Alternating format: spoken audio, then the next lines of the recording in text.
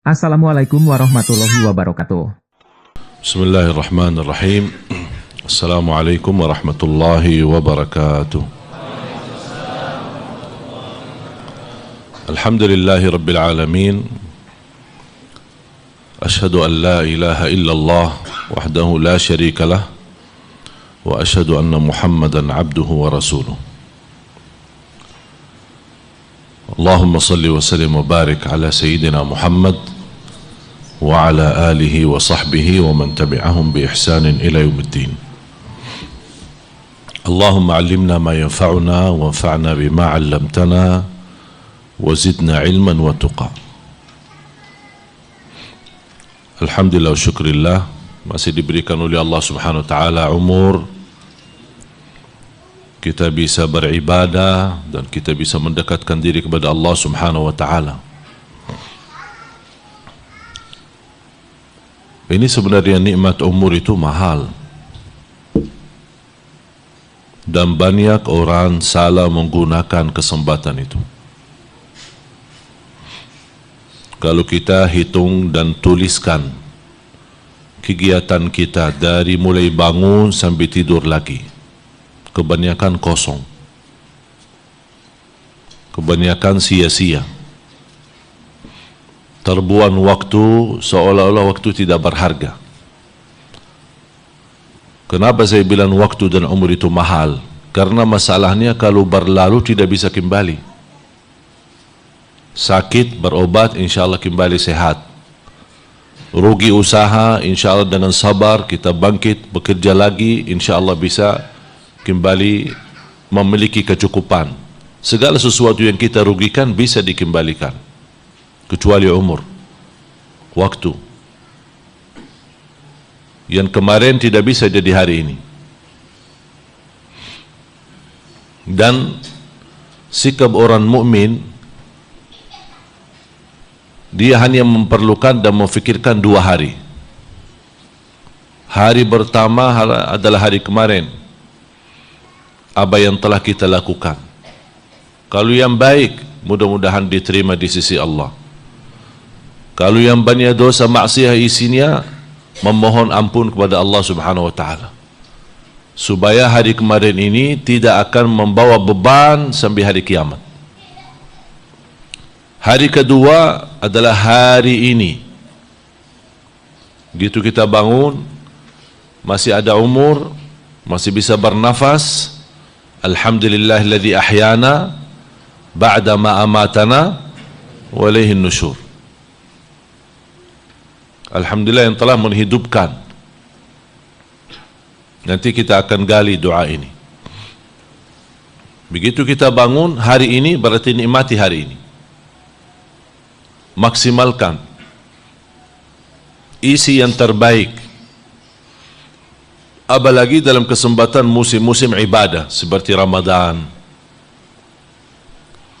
Ada malam-malam mulia, 10 malam kita berlomba-lomba i'tikaf. Apa tujuan dari i'tikaf? Tujuannya untuk mengkosongkan waktu, fokus untuk beribadah, bukan tidur di masjid. Di Indonesia saya berkali diajak untuk hadiri i'tikaf akbar, separuh masjid tidur. Saya bilang, i'tikaf apaan itu? Tujuan daripada i'tikaf untuk berbanyak ibadah, antara tahajud, salat malam, banyak baca Quran, banyak zikir. Tapi kalau kita i'tikaf masih main handphone, ya, masih ada urusan keluarga, sambil kita i'tikaf kita urusin urusan keluarga, itu bukan namanya i'tikaf, itu pura-pura i'tikaf. Atau i'tikaf badan, tapi kalbu kita masih urusan dunia, tergantung dengan urusan dunia. Makanya kenapa orang yang banyak i'tikaf, begitu menyambut hari raya Idul Fitri, habis bulan Ramadan, tidak ada perubahan. Apa yang dia lakukan sebelum Ramadan masih terulang lagi habis Ramadan, karena dia tidak menggunakan i'tikaf yang sesungguhnya. Dan inti daripada i'tikaf, i'tikaful qalb, i'tikaf qalbu. Bagaimana kalbu ini bisa terisi hanya cinta kepada Allah, tidak ada sedikit pun dunia. Dunia di tangan, bukan di hati. Dunia di tangan. Kapan saja mau lepas, ya lepas. Kalau dunia masuk ke hati, sudah bisa dilepas.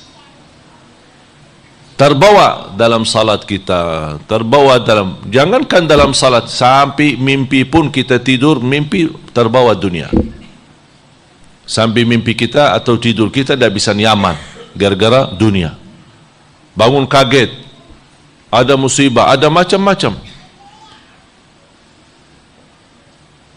Makanya jamaah sekalian, umur ini luar biasa, menjadi nikmat. Ni'mal abdu salih man tala umru wa hasuna amalu. Sebaik-baik hamba yang salih, yang panjang usia, baik pula amalannya.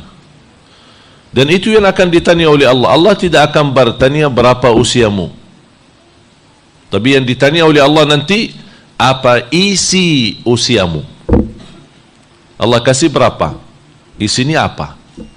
Itu yang akan ditanya oleh Allah SWT. Apalagi usia muda. Muda yang taat lebih dicintai oleh Allah daripada bapa tua yang taat. Mohon maaf bapak-bapak ya. Kenapa yang muda lebih dicintai Allah? Karena godaan pemuda yang taat itu jauh lebih besar daripada godaan yang tua. Yang tua apa yang diharap? Coba datang ke masjid. Makanya kita sering melihat orang tua-tua sudah duluan di masjid, karena dia harap husnul khatimah, tidak ada cita-cita yang lain. Beda sama pemuda, masih banyak impiannya, masih banyak citanya, apalagi belum jodoh.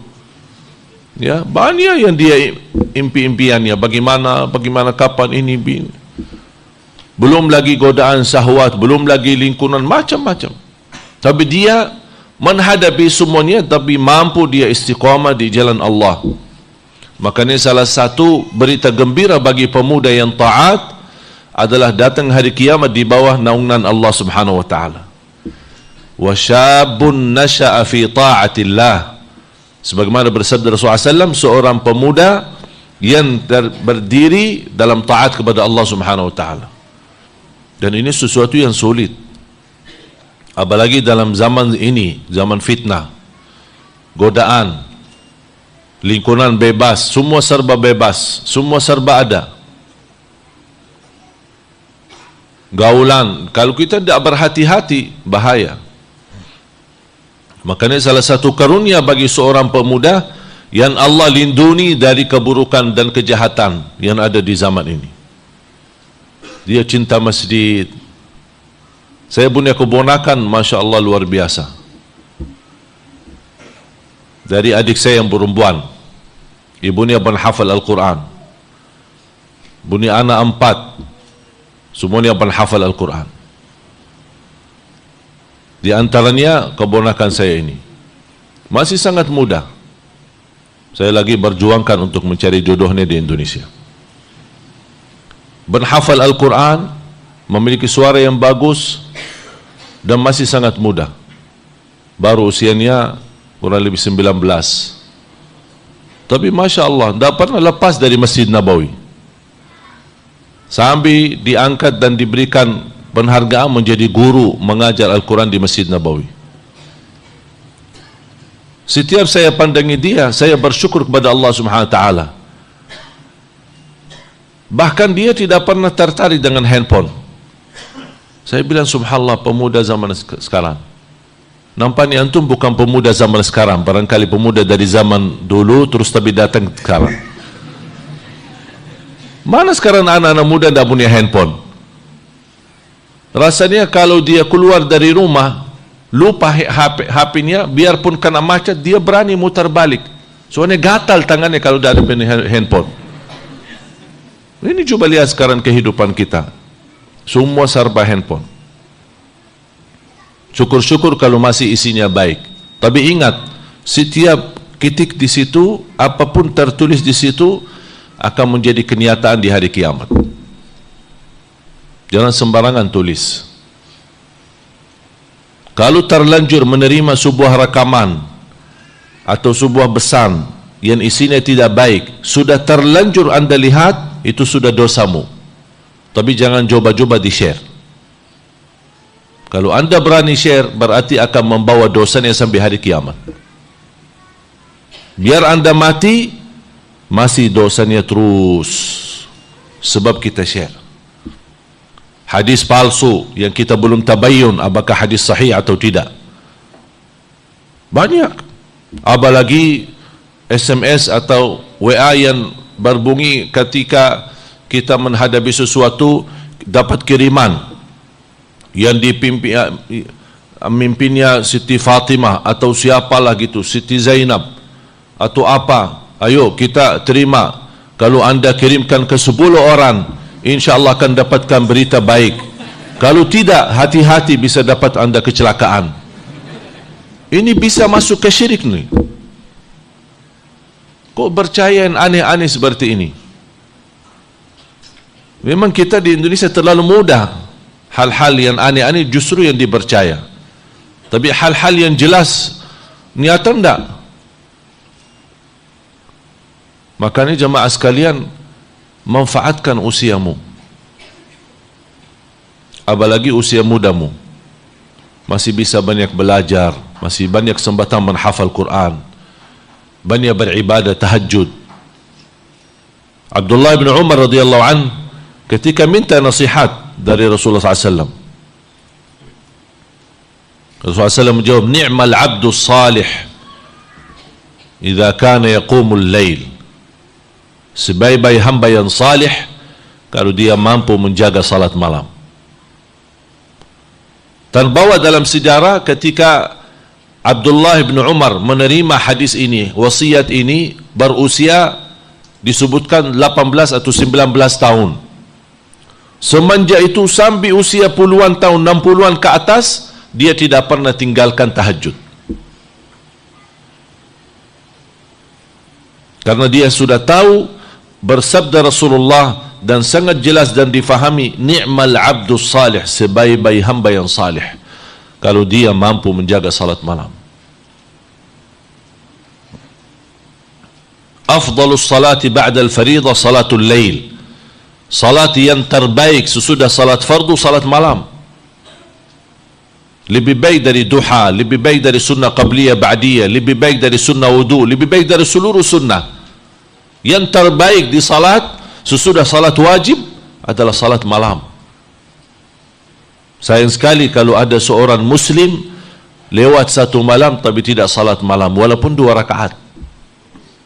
2 rakaat. Supaya namamu tertulis sebagai ahli salat malam. Tak pernah tinggalkan, apapun kondisinya, apapun keadaannya. Berarti orang mukmin memfikirkan hari kemarin, memohon kebaikannya diterima, dan kemudian kesalahannya, dosanya, kekurangannya diampuni Allah Subhanahu wa taala. Dan ini menjadi pelajaran. Apa yang dia belum berkesempatan di hari kemarin, dia manfaatkan di hari ini karena masih punya umur. Aku kemarin mau menghafal setengah juz misal, 2 lembar atau 3 lembar, ternyata gagal. Berarti saya hari ini harus maksimalkan. Kenapa? Karena bagi orang mukmin belum tentu ada besok. Bagi orang mukmin belum tentu ada besok. Jangan didatangi syaitan masih memberikan harapan. Apa nih buru-buru? Ini masih muda. Kan umur kamu masih panjang. Abang buru-buru, sabarlah, nanti aja. Besok kan masih bisa. Itu bahasa syaitan. Tapi bagi orang mukmin besok tidak ada. Karena belum tentu hidup. Karena tidak ada jaminan. Ada yang punya jaminan hidup sampai besok? Tidak ada. Saya setiap malam ketika tidur di samping istri, saya sampaikan permohonan maaf. Sampai dia nangis, kenapa? Ya belum tentu ketemu besok. Ya minta maaf aja duluan sebelum mati. Bisa ya besok bangun pagi, melek mata malah di hadapan saya mungkar nakir. Bisa jadi. Karena kita sendiri baca Bismikallahumma amutu dengan mengucapkan Bismillah saya mati. Faham gak artinya? Doa tidur. Apa doa tidur? Bismikallahumma ahya wa amut. Ada riwayat Bismikallahumma amutu wa ahya. Artinya apa? Bismillah saya mati. Kita ucapkan Bismillah saya mati. Bahkan ada doa yang indah menjadi salah satu doa tidur. Saya mendorong semua jamaah untuk bisa menghafalnya.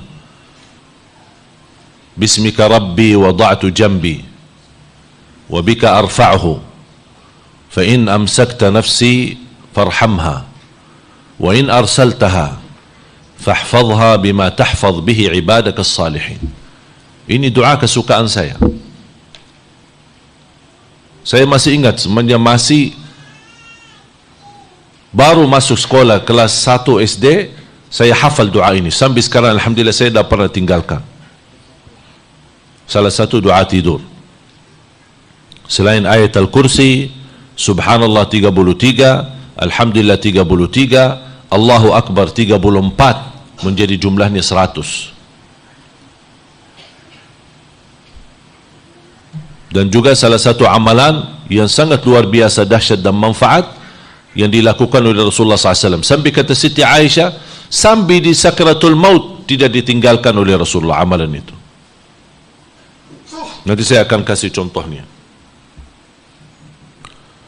Ini orang-orang salih, orang yang menerti umur itu sangat mahal, berkesempatan ketika ada kesempatan beramal, dia tidak pernah tunda.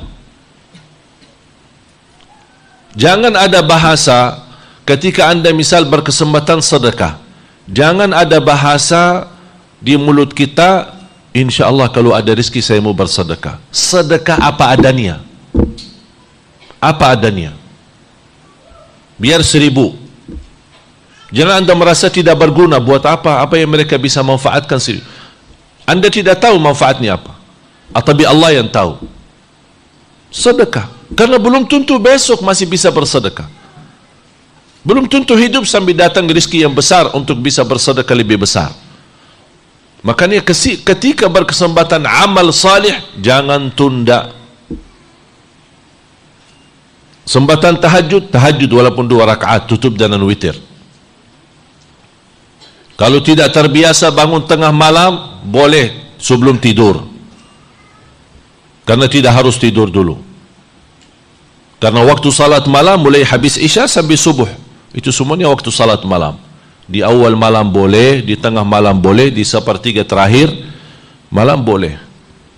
Dan ini kembali kepada kondisi dan keadaan masing-masing. Yang biasa tidur bangun tengah malam itu lebih baik. Tapi kalau anda merasa kekhawatiran, udah jam 12, sudah jam 1, kalau saya tidur sekarang belum tentu bangun. Syukur-syukur kalau bangun subuh. Daripada sia-sia, manfaatkan malam itu dan salat walaupun 2 rakaat. Kemudian baru tidur.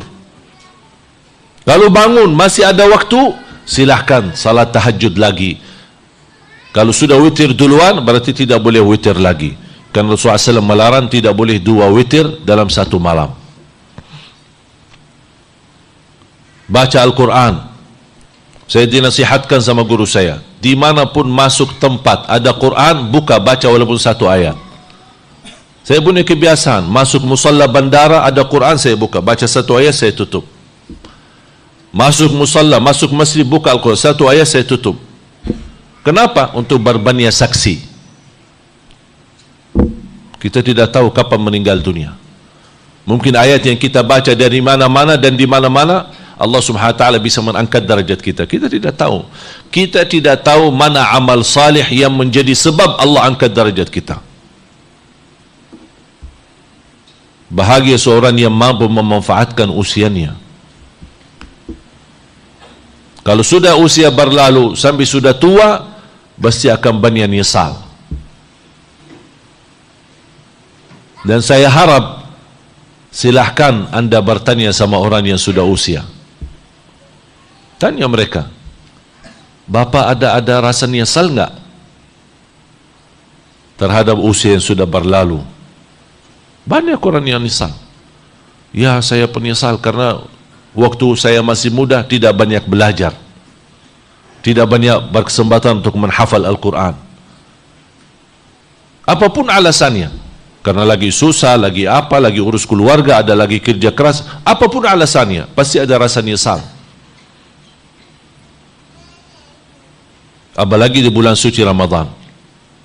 Seharusnya Ramadan itu bagi orang mukmin menjadi Ramadan yang terbaik, bulan yang terbaik. Terbaik tahajud, terbaik baca Quran, terbaik amal salih, silatul rahim, bersedekah. Diam diri, tidak banyak berbicara selain zikir, selain kata-kata yang baik. Diganti daripada bicara cerewet yang tidak ada gunanya, tidak ada manfaatnya, diganti dengan zikir. Subhanallah, walhamdulillah, wa la ilaha illallah, wallahu akbar. Masuk Ramadan saya komitmen tidak megang handphone, mengganti megang Quran.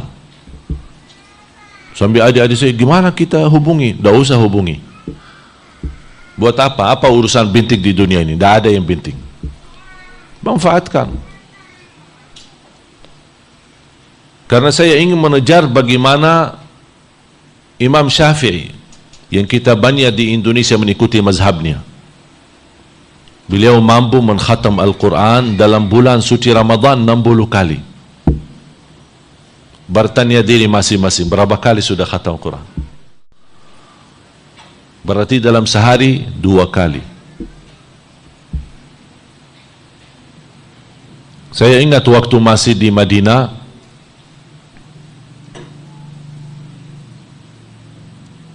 saya lahir besar di Madinah, jadi Arab asli loh.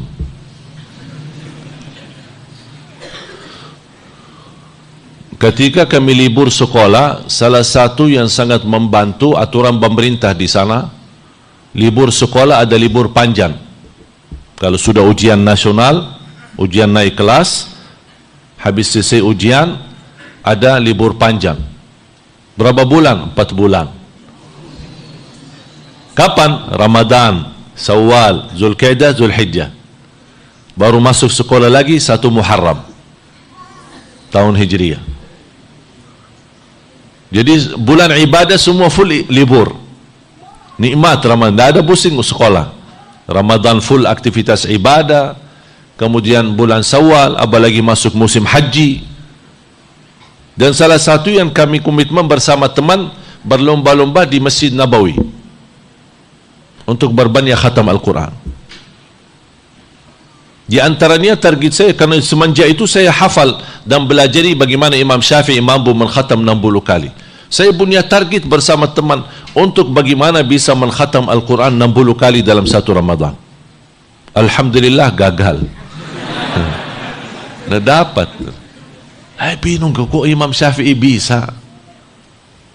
Maksimal saya dapat 1 kali 1 hari khatam Al-Quran 30 kali. Saya menghitungkan, diperkirakan 10 jam bisa 1 kali khatam Al-Quran. Kalau duduk dari habis subuh, dihitung kira-kira 10 jam. InsyaAllah sebelum buka puasa sudah beres khatam Al-Quran. Tapi minat enggak ini duduk dari subuh sampai jalan-jalan pas kebanyakan melenat, ngantuk aja. Padahal baru bangun tidur. Ya karena belum terbiasa. Didatangi syaitan, datang ke mulut kita, sepanjang baca begini. Kalau kita masih bertahan, masih terus baca, masuk ke mata kita. Kok ini tombeng gatal-gatal mulu? Ini syaitan goda supaya kita berhenti. Tapi tetap kita bertahan, dia lari ke perut kita. Muncul suara, kok kelaparan sih? Bertahan, tetap terus baca, dia turun ke bawah. Batal enggak? Rasanya batal. Kuntut enggak? Ini syaitan, kerjaan syaitan. Teruskan, biarpun batal wudu, boleh baca Al-Quran walaupun tidak dalam keadaan wudu. Teruskan. Karena tidak wajib bagi orang yang membaca Al-Quran harus wudu. Kalau sudah diberikan kesempatan, nanti syaitan, oh ini terlalu mudah digoda ini. kuntut terus wudu lagi. Pas balik baca kuntut lagi, aduh, balik lagi. Oh, setan berhasil. Setan membuat kita boleh balik. Ya, berkali-kali wudu tapi dah khatam-khatam Qurannya. Dan itu setan kerja. Dah apa-apa. Dia kadang-kadang mengajak kebaikan. Gimana? Ente mau baca Quran tak wudu? Wudu dulu dong. Ini setan membuat kita wudu berkali-kali tapi yang ketinggalan khataman Al-Quran. Kadang-kadang setan bintar ini loh. Lebih tinggi daripada profesor ya. Jadi bukan profesor lagi ya. Pintar sekali. Kalau dia menggoda kita, mengajak kepada kebaikan demi menghilangkan kebaikan yang lebih baik. Jadi bukan hanya mengajak dosa maksiat, tapi contoh, sering kalau kehilangan barang atau kehilangan sesuatu, mau ingat salat aja. Pas lagi salat, ingat di mana saya simpan. Mengapa setan ingatkan yang kita cari? Supaya salat kita tidak fokus. Saya sendiri bisa merasain. Ketika saya baca dalam salat, rakaat pertama lupa satu ayat. Pas di dalam rukuk diingatin sama setan. Ini ayat yang tadi kamu lupa ya? Ini ayatnya. Diingatin. Terbawa fikiran. Akhirnya saya fokus ayat supaya ingat rukuk, sujud. Akhirnya yang terbawa ayatnya. Saking sudah membawa kefikiran ayat itu, malah kadang-kadang tambah sadar daripada baca Subhan Rabbil Azim malah baca ayatnya. Syaitan ini memang hebat. Pas muncul naik ke rakaat kedua malah hilang lagi ayatnya. Syaitan memang begitu. Makanya jamaah sekalian, manfaatkan. Apalagi Masya Allah saya lihat lebih banyak pemuda-pemuda. Jangan sia-siakan waktu. Wallahi bahkan nyesal. Kenapa saya bilang muda? Karena salah satu yang menjadi pertanyaan, tidak akan tergeser kaki seorang sampai ditanya oleh Allah 4. Ada 4 pertanyaan.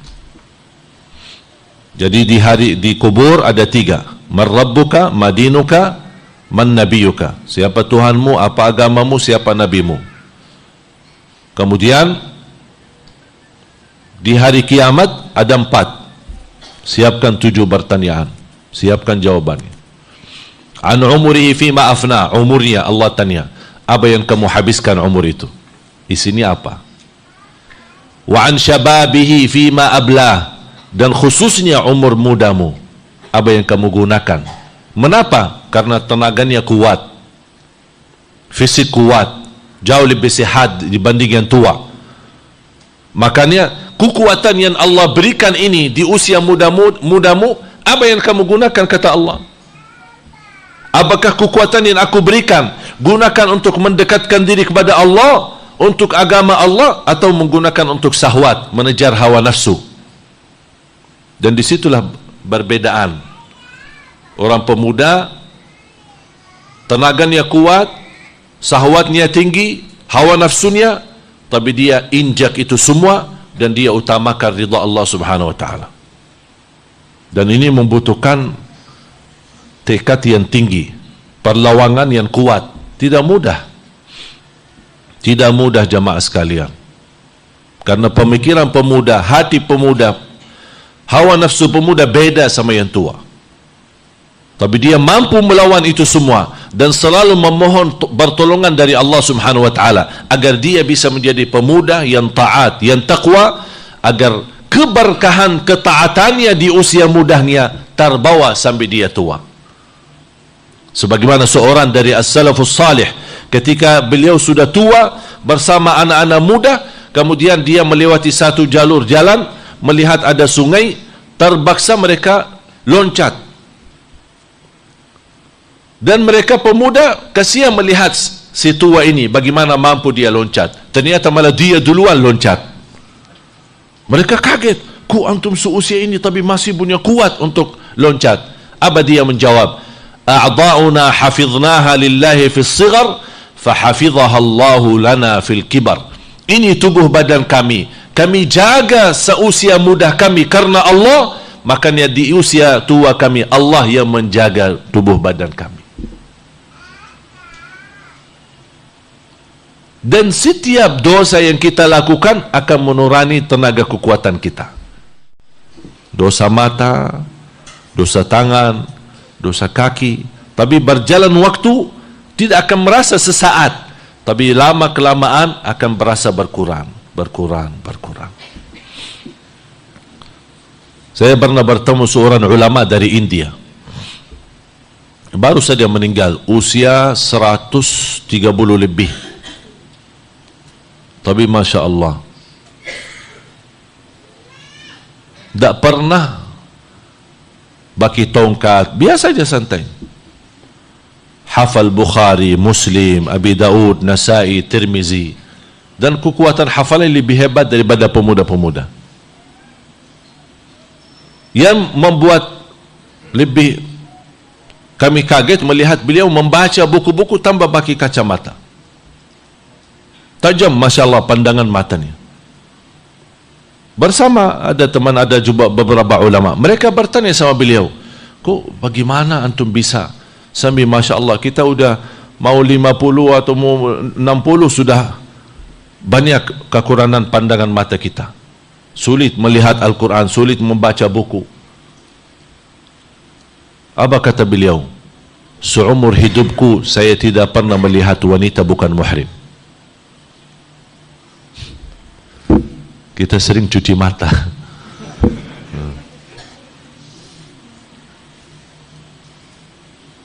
Sambil ada satu kawan, pernah beliau ajak saya jalan-jalan di salah satu mall. Beliau suka melihat kanan kiri. Setiap melihat wanita saya langsung tegur nih, tidak boleh, jaga pandanganmu. Jalan lagi, lihat lagi, tidak boleh. Ustaz, kita kan lagi jalan-jalan dan niat saya baik. Oh, Masya Allah, kok bisa dosa jadi niat baik? Gimana ceritanya? Kan niat saya ingin melihat keindahan ciptaan Allah wanita ini. Pemuda Indonesia ini juga harus kita akal-akalin ini. Gimana saya bisa jawab ini? Akhirnya saya jalan ini, saya pikir gimana saya bisa jawab dia ini. Hebat juga ini jawabannya. Pas sambil berjalan Allah kasih ilham, bertunjuk ada seorang nenek dari jamaah. Pas begitu melihat saya, langsung dia tu, alhamdulillah, biasa cuma lihat di TV, boleh enggak saya foto? Saya bilang, ya boleh ibu, sambil teman saya ingin melihat keindahan ciptaan Allah wanita ini. Langsung kata teman saya, Ustaz, bukan yang ini. Kenapa bedakan? Kan sama-sama wanita. Katanya mau lihat keindahan ciptaan Allah. Kenapa kamu bedakan? Oh, ini karena yang muda cantik, ini yang tua ndak alhaku ya. Berarti ada niat yang tidak benar. Allah masih halalkan yang pertama, satu pandangan halal. Begitu melihat ini sudah bukan hak kita, bukan muhrim kita, astagfirullah, langsung jaga pandangan. Jangan juga akal-akalin. Ada orang masih ikutin. Ustaz, masih satu pandangan, masih satu pandangan. Orang Indonesia.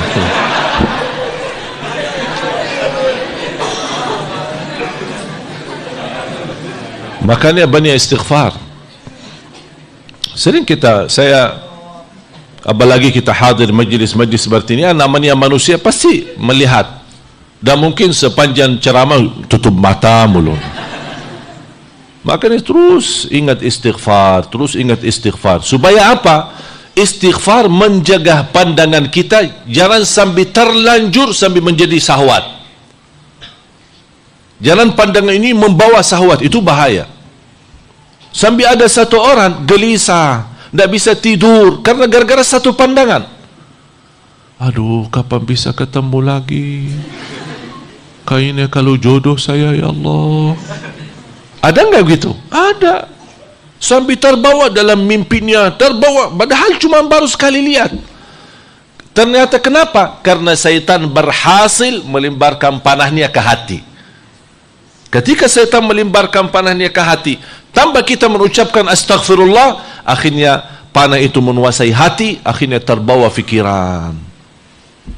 Rasanya seolah-olah itu yang disebutkan dalam bahasa Arab, al-hubbu minan nadratil ula, jatuh cinta karena satu pandangan. Jangan sekali pandangan udah jatuh cinta. Ada enggak seperti itu? Ada. Jangankan melihat langsung, melihat di TV aja, dia sekali iklan shampoo, udah habis. Namanya itu syahwat itu terlalu mudah tergoda.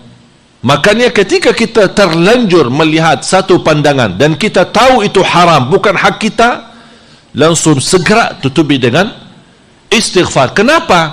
Supaya ini jangan sampai membuat hati ini gelisah. Jangan sampai gara-gara pandangan itu sampai terbawa syahwat, akhirnya kita susah bangun tahajud. Makanya ada satu orang datang kepada Al-Hasan Al-Basri, "Wahai imam, aku kok dulu bisa tahajud mudah, tapi sekarang kok susah?" Apa jawaban beliau? "Kabbalatka dhunubuka wa ma'asik." Yang mengikatmu, yang mengikat dirimu adalah dosamu. Dosamu membuat berat untuk bisa salat malam.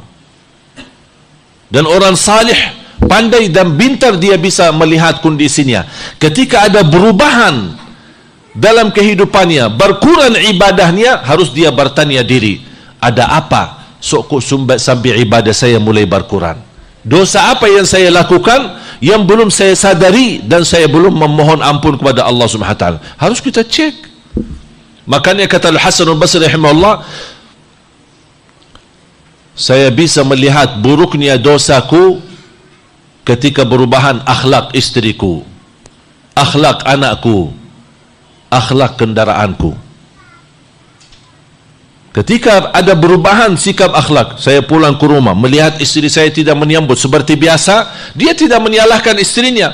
Ada apa kok kamu tidak menyambut seperti biasa? Kamu lagi sibuk ya? Ada urusan lainnya? Tapi tidak, dia langsung berpikir, dosa apa yang saya lakukan sampai akhlak istri berubah?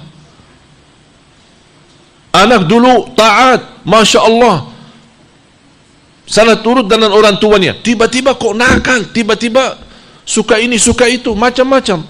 Sampai berapa banyak ibu-ibu yang suka curhat, aku bingung sama anak saya, dulu Masya Allah aktif untuk bangun salat, bahkan kadang-kadang dia membangunin kita salat, tapi tiba-tiba sekarang kita mau bangunin susah banget.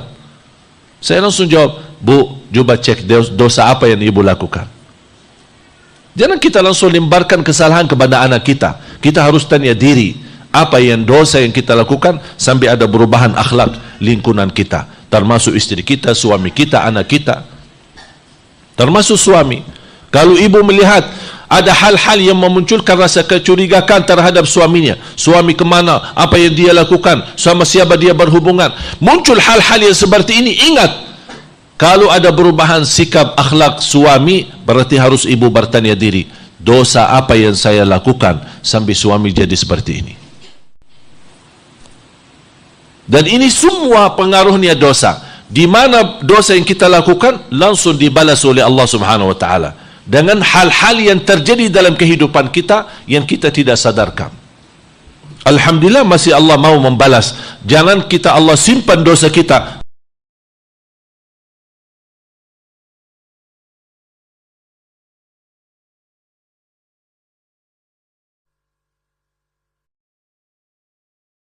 Yang kami pimpin bersama teman-teman adalah Hafiz Indonesia. Begitu luar biasa berkembangan hafalan Al-Quran. Lahir anak-anak penghafal Al-Quran, tapi anak yatim, tidak pernah dipimpin oleh orang tuanya. Atau anak yang orang tuanya buta huruf, sama sekali tidak bisa baca Al-Quran, tapi lahirlah anak-anak penghafal Al-Quran. Itu menjadi pelajaran buat kita semua. Nonton kan acara Hafiz Indonesia? Nonton ya, hanya di RCTI. Bapak Ibu jamaah sekalian yang dimuliakan Allah Subhanahu wa taala. Kembali saya bacakan lagi doa. Mudah-mudahan Anda bisa hafal.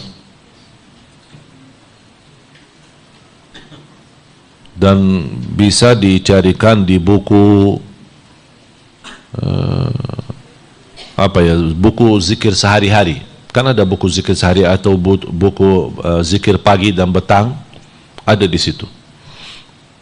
Bismika Rabbi wada'tu jambi wa bika arfa'hu fa in amsakta nafsi farhamha wa in arsaltaha fahfadhha bima tahfadh bihi ibadaka as-salihin. Dengan namamu ya Allah aku menyimpan diriku atau berbaring. Aku berbaring dengan namamu ya Allah. Wa bika arfa'hu, dengan namamu ya Allah pula aku angkat badanku. Artinya bangun. Fa in amsakta nafsi, kalau jiwaku itu ditetapkan kematiannya di saat aku jiwa yang dipertahankan nyawanya, tidak punya umur lagi. Ini doa tidur.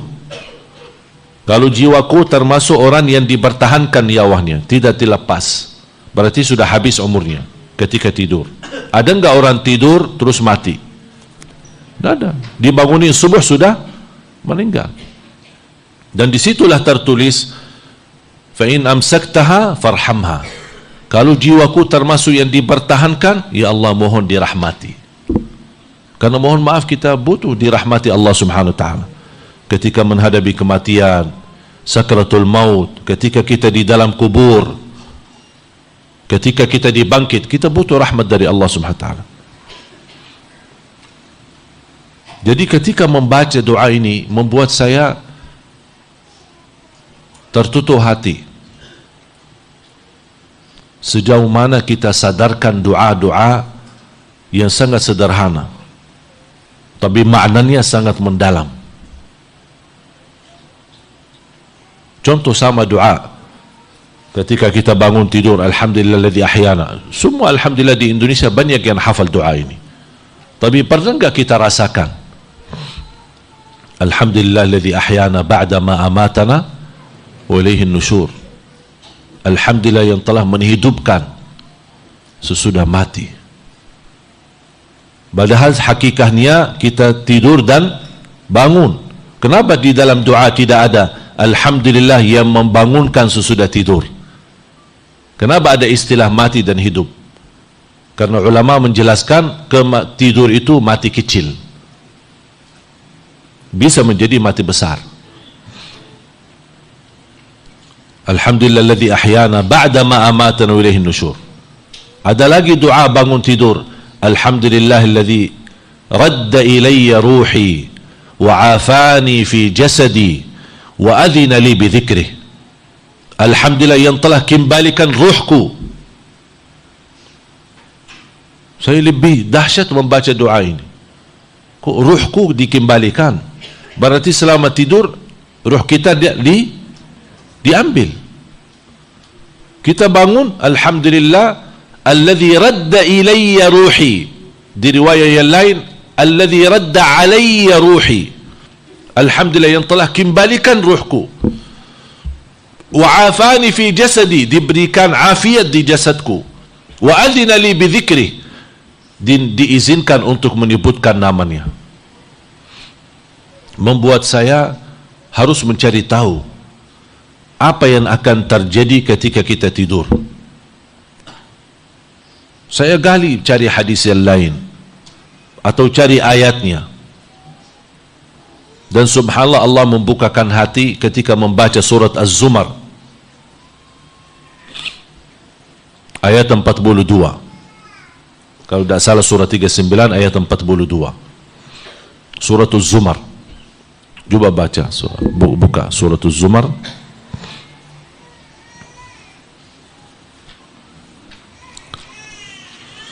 A'udzu billahi minasy syaithanir rajim. Allahu yatawaffal anfusa hina mautiha wallati lam tamut fi manamiha فيمسك التي قضى عليها الموت ويرسل الأخرى إلى أجل مسمى Inna fi dzalika laayatin liqaumin yatafakkarun. Coba baca artinya. Allah memegang nyawa seseorang pada saat kematiannya dan nyawa seseorang yang belum mati ketika dia tidur. Ulang. Allah memegang nyawa seseorang pada saat kematiannya dan nyawa seseorang yang belum mati ketika dia tidur. Berarti berapa kali Allah megang nyawa kita? 2 kali. Maaf, ulang lagi. Allah memegang nyawa seseorang pada saat kematiannya. Allah memegang nyawa seorang ketika dia Mati. Meninggal dunia. Dimegang nyawanya oleh Allah. Terus yang kedua, Dan nyawa seseorang yang belum mati ketika dia tidur. dan jiwa seorang yang belum mati ketika tidur. Makanya ada satu, ini bukan hadis tapi disebutkan athar atau pendapat, dianjurkan ketika kita tidur dalam keadaan berwudu. Mengapa? Karena nyawa kita yang akan diambil sementara, kalau dalam keadaan berwudu, dia akan mampu sujud di hadapan Allah. Terus lanjut. Maka dia tahan nyawa orang yang telah dia tetapkan kematiannya. Proses ada 2 proses. Ada yang dipertahankan nyawanya. Ini sekarang soal memegang nyawa seorang ketika meninggal itu sudah beres, sudah selesai ya. Sekarang kita masuk kepada bahasan wallati lam tamut fi manamiha, memegang nyawa seorang yang tidur tapi belum ditetapkan kematiannya. Ada 2 proses. Ini soal tidur ini. Coba ulang. Maka dia tahan nyawa seseorang yang telah dia tetapkan kematiannya. Ini yang masih tidur. Ada yang dimegang nyawanya oleh Allah yang ketika dia tidur, tapi Allah mempertahankan nyawanya. Maksudnya apa? Sudah habis, tidak ada lagi. Terus? Dan dia lepaskan nyawa yang lain sampai waktu yang ditentukan. Dan melepaskan nyawa yang lain sampai di waktu yang ditentukan. Peristiwa ini terjadi setiap kita tidur. Makanya Allah tutupi ayat ini, inna fi dzalika laayatin liqaumin yatafakkarun. Coba. Sungguh pada yang demikian itu terdapat tanda-tanda kebesaran Allah bagi kaum yang berfikir. Berfikir enggak ini? Pernah berfikir enggak? Kalau kita bisa rasakan ayat ini dan kita bisa hayati, ketika kita bangun tidur, buka mata, masih ada di ruang kita, bukan ada di kuburan, baru akan ucapan alhamdulillah alladzi ahyana akan menjadi indah, akan menjadi luar biasa, bisa membuat kita nangis. Karena kita sudah bisa merasakan ayat ini, ternyata Allah memilih saya malam ini tidak termasuk orang yang dipertahankan nyawanya. Berarti Allah sayang sama kita, masih diberikan umur untuk bisa berbanyak ibadah lagi. Makanya ketika kita bangun masih ada di tempat kita sendiri, alhamdulillah. Kalau bisa ulangi berkali-kali ucapan alhamdulillah itu dulu. Alhamdulillah, alhamdulillah, alhamdulillah alladzi ahyana ba'da ma amatana wa ilaihin nusyur. Ucapan alhamdulillah itu sendiri merupakan ucapan yang indah. Afdalud du'a alhamdulillahi rabbil alamin. Sebaik-baik doa alhamdulillahi rabbil alamin. Makanya di awal suratul Fatihah, alhamdulillahi rabbil alamin. Ucapan alhamdulillah sederhana, tapi dari segi makna luas.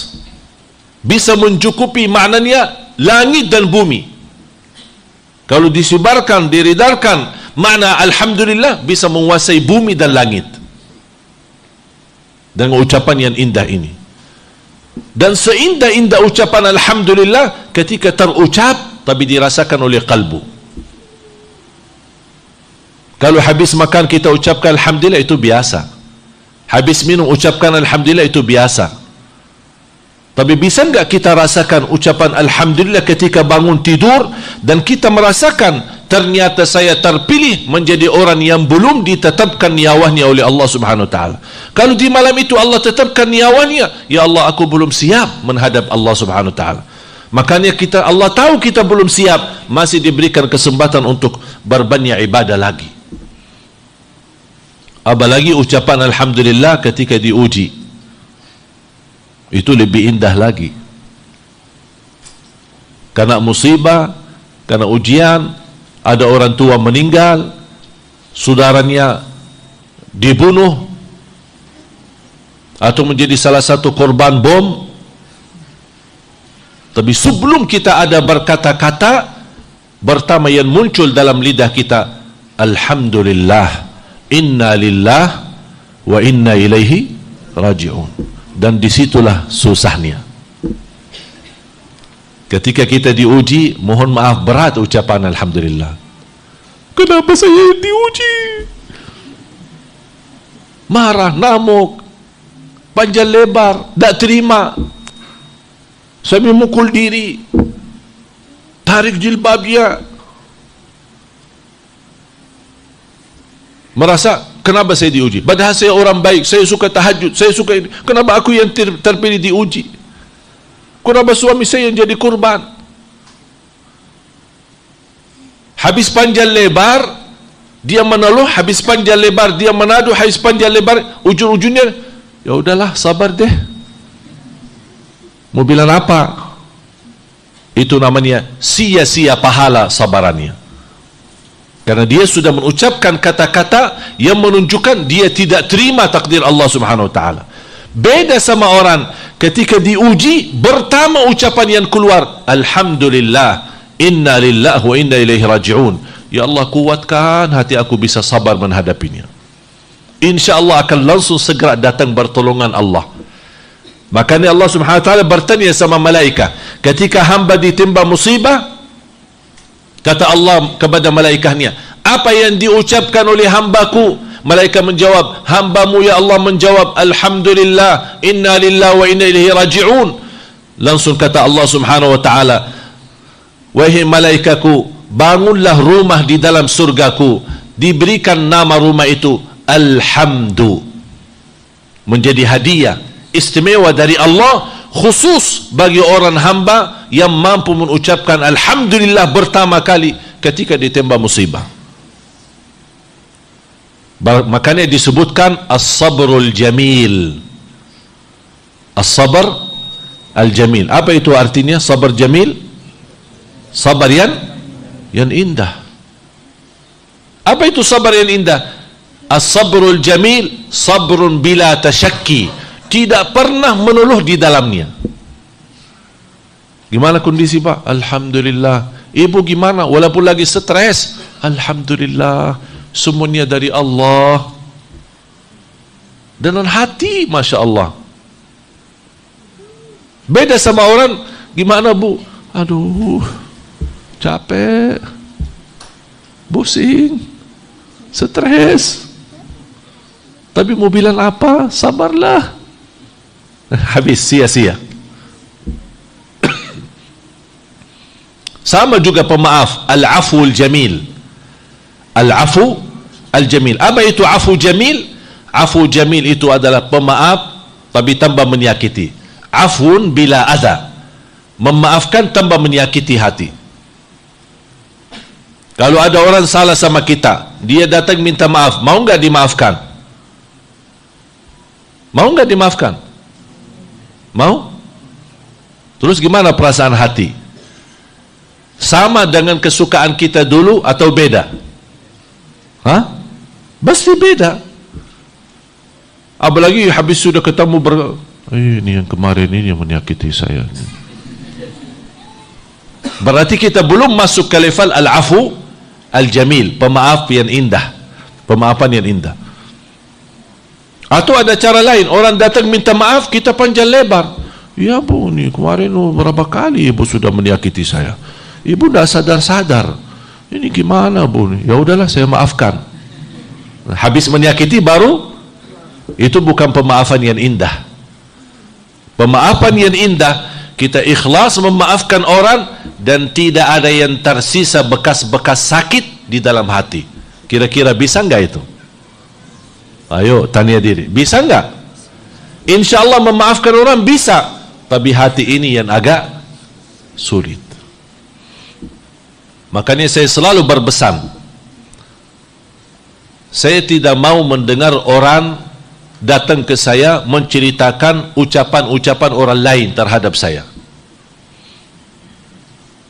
Baru datang ke rumah saya seorang, ini Ustaz ada cerita ini, ada satu ustaz suka menjelekkan antum. Begitu dia mau lanjut membicara, saya bilang stop. Apa yang kamu mau bicarakan? Tidak usah bicara. Kamu datang silaturahim, datang silaturahim. Kalau mau bicarakan membawa cerita orang lain, saya tidak mau dengar, saya tidak mau tahu, dan saya tidak peduli. Kenapa?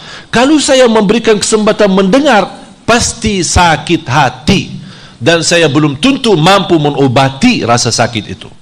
Lebih baik tidak usah dengar supaya tidak sakit hati, supaya besok kalau ketemu ustaz itu masih hati saya berluang untuk salaman, senyum, mau mendoakan dan sayang sama dia. Makanya jangan suka mendengar apa kata orang terhadap kita. Tak usah dengar. Mau dia puji, mau dia nyakiti, mau dia caci maki, tak usah peduli. Yang kita hanya pedulikan nilai kita di sisi Allah, bukan nilai kita di pandangan manusia. Karena manusia tidak ada jaminannya. Hari ini bisa buat kita senang, besok membuat kita sakit. Makanya tak usah diperdulikan, tak usah ambil hati. Jangan ada yang memang kadang-kadang penasaran. Dia bilang apa ya? Penasaran nih, Setan ingin membuat kita terlanjur mendengar. Karena dia tahu syaitan ini kita memiliki hati yang alhamdulillah masih bersih terhadap semua orang. Tidak ada sedikit pun titik hitam terhadap siapapun. Tapi syaitan ingin menjadikan hati kita muncul titik hitam. Lama kelamaan menjadi terlalu banyak hitam-hitam di hati. Kalla bal rana ala qulubihim ma kanu yaksibun. Allah menutupi hati mereka. Mereka tidak bisa merasakan nikmatnya ibadah, nikmatnya baca Quran, nikmatnya tahajud, nikmatnya berdoa. Kenapa? Karena terlalu banyak titik hitam. Makanya jaga, tidak usah tahu. Karena tidak ada artinya apa yang diucapkan oleh manusia. Mau membuat kita dipuji-puji pun tidak akan mengangkat posisi kita. Dihina-hina pun tidak akan menurani posisi kita. Tetap diri kita adalah apa yang kita isi kepada Allah Subhanahu wa taala. Bisa faham itu? Bisa faham? Bisa amalkan? Ya, supaya menjaga hati ini, kuncinya jemaskan di sini. Hati ini. Insyaallah kalau hati ini tenteram, aman, tidak ada titik hitam terhadap siapapun, insyaallah nikmat semuanya. Apapun adanya bakal jadi nikmat, ibadahnya jadi nikmat, apa hidup kita jadi nikmat sampai insyaallah membawa husnul khatimah. Ketika muncul husnul khatimah dengan tekanan husnul khatimah, yang keluar dari hati apa? Sesuatu yang putih, yang indah, yang cantik, yang manis. Karena selama hidup kita alhamdulillah kita menjaga tidak ada sakit hati sama orang, tidak pernah iri sama orang, tidak pernah hasud sama orang. Pasti akan muncul perkataan yang baik sampai kita ucapkan la ilaha illallah. Beda sama orang kalau tertekan hatinya dengan sudah penuh dengan sifat sombong, iri, hasud, macam-macam yang akan nanti keluar di sakaratul maut. Apa isi hatinya? Nanti sulit dia mengucapkan kalimat syahadat. Nauzubillah min zalik. Jaga. Saya tutupi amalan waktu tidur. InsyaAllah sangat membantu menenangkan jiwa kita, menenangkan hati kita, dan juga insyaallah menjadi salah satu sunnah yang menurut saya cukup kehilangan di tengah umat Islam. Padahal Rasulullah SAW tidak pernah tinggalkan. Ketika mau tidur dalam kondisi duduk, walaupun mohon maaf ibu-ibu lagi halangan tidak salat, boleh tetap amalkan amalan ini. Contohnya seperti ini. Silahkan kita praktik. Angkat tangannya seperti ini ya, bukan seperti doa, tapi seperti ini. Dan dibacakan di dalamnya أعوذ بالله من الشيطان الرجيم. بسم الله الرحمن الرحيم. قل هو الله أحد الله الصمد لم يلد ولم يولد ولم يكن له كفوا أحد. بسم الله الرحمن الرحيم. قل أعوذ برب الفلق من شر ما خلق ومن شر غاسق إذا وقب ومن شر النفاثات في العقد ومن شر حاسد إذا حسد. بسم الله الرحمن الرحيم. قل أعوذ برب الناس ملك الناس إله الناس من شر الوسواس الخناس الذي يوسوس في صدور الناس من الجنة والناس. Kemudian tiup 3 kali. Tiup 3 kali, kemudian baru usap badan dari kepala sampai ujung kaki. Ini dalam kondisi duduk di tempat tidur. Kesurupan, godaan, gangguan, sihir, apapun penyakit yang kita rasakan, insya-Allah disembuhkan oleh Allah Subhanahu wa taala. Ketenangan batin termasuk buat anak-anak kita. Ini baru sekali. Terus yang kedua. Bismillahirrahmanirrahim. Qul huwallahu ahad, Allahus samad, lam yalid wa lam yulad wa lam yakul lahu kufuwan ahad. Bismillahirrahmanirrahim. Qul a'udzu birabbil falaq min syarri ma khalaq wa min syarri ghasiqin idza waqab wa min syarri an-naffathati fil 'uqad ومن شر حاسد إذا حسد. بسم الله الرحمن الرحيم. قل أعوذ برب الناس ملك الناس إله الناس من شر الوسواس الخناس الذي يوسوس في صدور الناس من الجنة والناس. Tiup 3 kali, kemudian usap badan dari kepala sampai ujung kaki. Kalau ke belakang ya sesuai kemampuan, jangan maksa-maksa. Ya sesuai kemampuan. La yukallifullahu nafsan illa wus'aha. Terakhir, Bismillahirrahmanirrahim. Qul huwallahu ahad, Allahus samad, lam yalid wa lam yulad wa lam yakul lahu kufuwan ahad. Bismillahirrahmanirrahim. Qul a'udzu birabbil falaq min syarri ma khalaq wa min syarri ghasiqin idza waqab wa min syarri an-naffathati fil 'uqad wa min syarri hasidin idza hasad. Bismillahirrahmanirrahim. Qul a'udzu birabbin nas malikin nas ilahin nas من شر الوسواس الخناس الذي يوسوس في صدور الناس من الجنة والناس. Tiup 3 kali. Tiup ya, bukan meludak ya. Tiup sampai ke ujung kaki. Orang tua yang punya anak sedang tidur, belum terbiasa mengamalkan amalan ini, boleh ibu-ibu atau kakaknya membacakan, kemudian usap badan adiknya sendiri atau anak bayi, ya siapapun dia, termasuk orang tua yang sakit. Kalau ada di antara jamaah yang punya orang tua sakit atau kakek nenek sakit, boleh anda bacakan, kemudian usap badan mereka. Ini bisa menjadikan ruqyah, bisa juga menubat diri sendiri. Habis selesai bacaan ini, kemudian baru berbaring. Mau tidur, baca ayat al-kursi.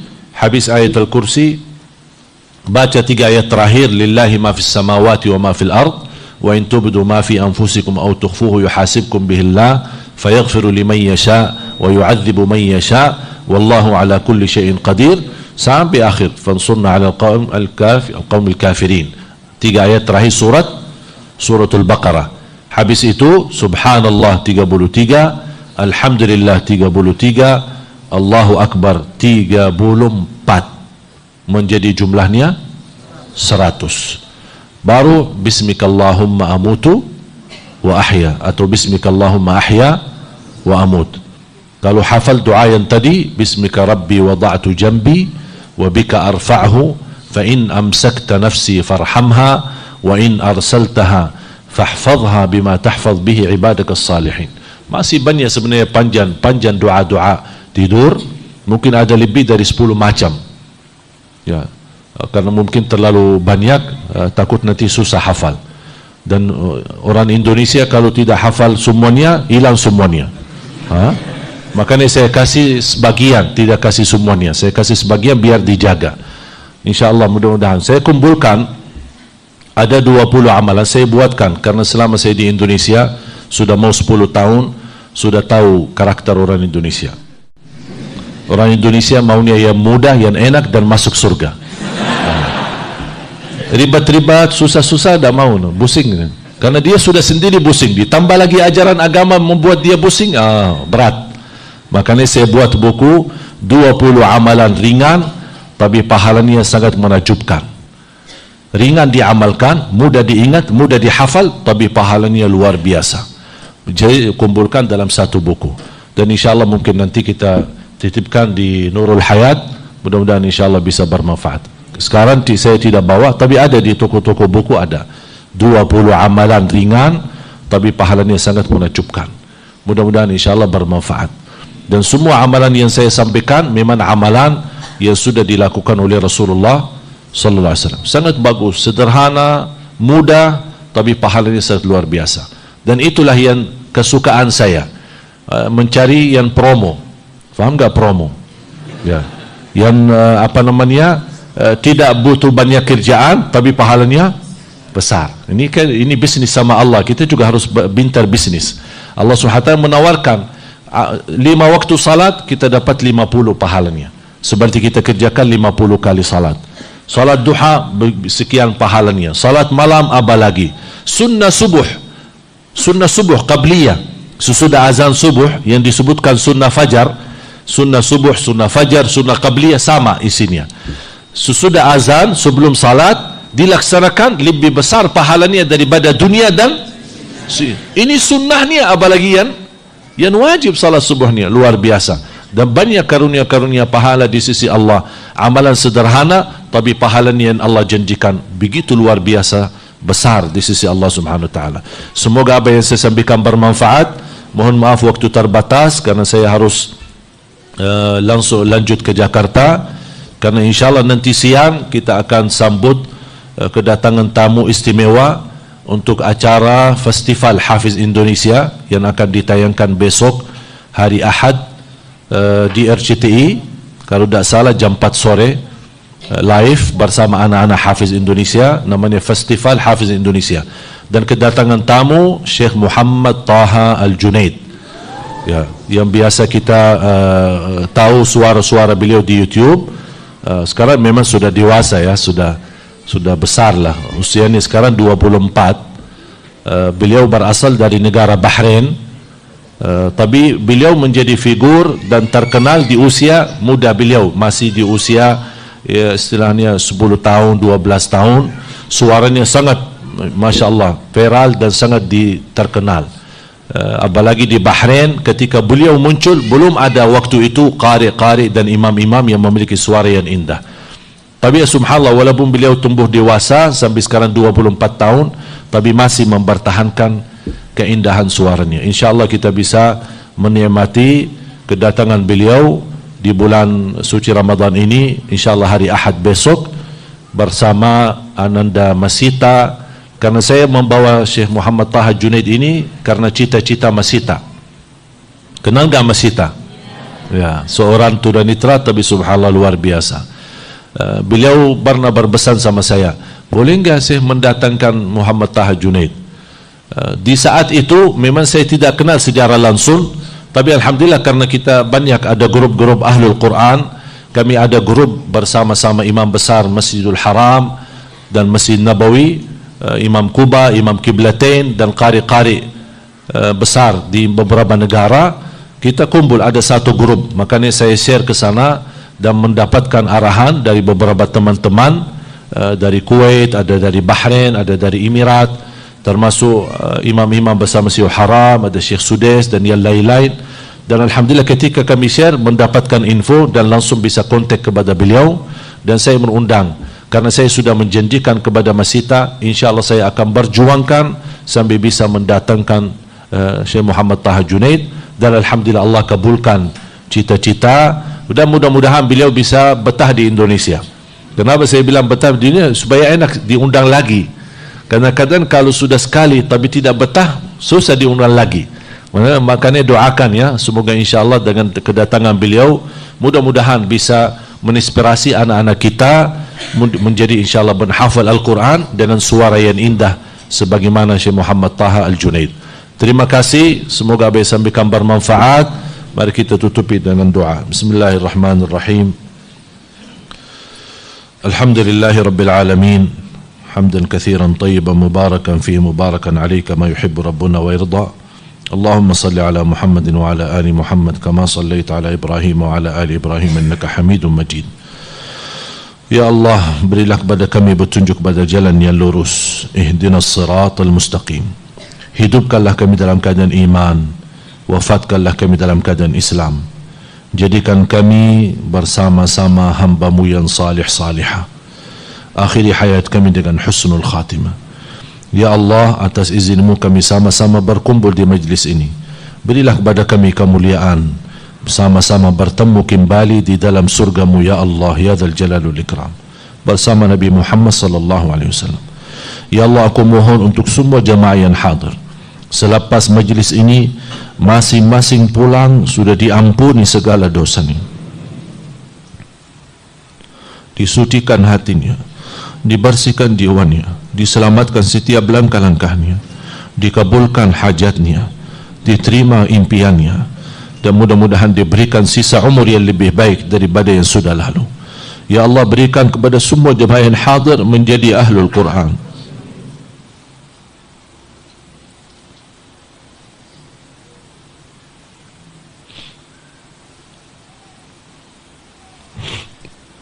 Menjadi ahlul Quran, menghafal Al-Quran, berakhlak-akhlakul Quran, mampu menhayati isi Al-Quran dan menamalkan kandungan Al-Quran.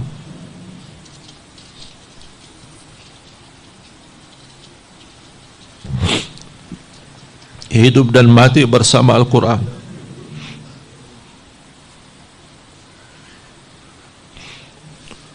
Dan di hari kiamat mendapatkan syafaatnya Al-Quran.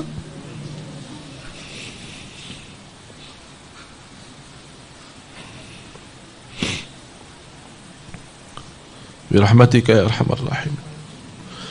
Berikan kepada kami anak dan cucu penghafal Al-Quran. Ya Allah, lindungi anak kami ya Allah dari kejahatan dunia, dari keburukan manusia di zaman yang global fitnah ini, agar anak-anak kami mampu menjaga nama baik keluarga kami, agar anak kami dilindungi oleh Allah dari akhlak yang buruk. Anak kami ya Allah menjadi penghafal Al-Quran, salih-salihah yang membanggakan kami di hadapan-Mu hari kiamat. Ya Allah, yang sudah berkeluarga, berikan keluarga yang sakinah wa rahmah, kebahagiaan, keselamatan dunia akhirat. Ya Allah, yang belum berjodoh, berilah jodoh yang baik, yang memimpin dan membahagiakan dan membawa bersama-sama menuju ridha Allah subhanahu wa ta'ala. Ya Allah, di antara kami yang sakit, sembuhkan penyakitnya, sehatkan badannya. Yang punya hutang ya Allah, berikan rizki yang berkah, mampu melunasi hutangnya. Ya Allah, yang belum haji dan umrah, berikan panjang umur, sihat wal afiat, dan berikan kemudahan bisa ke tanah suci, haji dan umrah dan ziarah Nabi Muhammad sallallahu alaihi wasallam.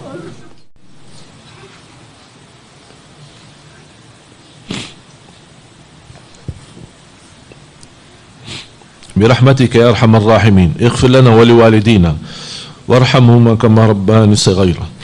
اغفر لهم وارحمهم كما ربونا صغيرا. اللهم اغفر لهم وارحمهم كما ربونا صغارا. واغفر للمسلمين والمسلمات والمؤمنين والمؤمنات الأحياء منهم والأموات. Ya Allah, lindunilah negeri kami Indonesia dari segala aliran yang membahayakan keamanan negeri kami. Ya Allah, lindunilah negeri kami agar menjadi negara Al-Quran, baldatun tayyibatun rabbun ghafur. Berikan ya Allah, hantarkanlah kepada kami pemimpin yang taqwa, pemimpin yang adil, pemimpin yang amanah, pemimpin yang jujur, pemimpin yang ikhlas untuk agamamu dan ikhlas melayani rakyatnya ya Dzal Jalal wal Ikram. Rabbana taqabbal minna innaka antas samiul alim wa tub alaina innaka antat tawwabur rahim. Rabbana atina fid dunya hasanah wa fil akhirati hasanah wa qina adzaban nar. وقنا عذاب النار وقنا عذاب النار. Ya Allah, pimpinlah kami agar kami mampu menjadikan Ramadan ini menjadi yang terbaik dalam usia kami. Kalau memang Ramadan ini yang terakhir dalam usia kami, jadikan Ramadan ini menantarkan kami kebahagiaan, keselamatan dan husnul khatimah yang terbaik. Amin ya rabbal alamin. Rabbana taqabbal minna innaka antas samiul alim wa tub alaina innaka antat tawwabur rahim. Wa sallallahu wa sallam wa baraka ala sayyidina wa nabiyyina Muhammad wa ala alihi wa sahbihi wa baraka wa sallam. Walhamdulillahi rabbil alamin. آخر الكلام سبحانك اللهم بحمدك أشهد أن لا إله إلا أنت أستغفرك وأتوب إليك. السلام عليكم ورحمة الله وبركاته. Semoga bermanfaat yang sudah subscribe. Semoga diberikan kesehatan dan keberkahan. Wassalamualaikum warahmatullahi wabarakatuh.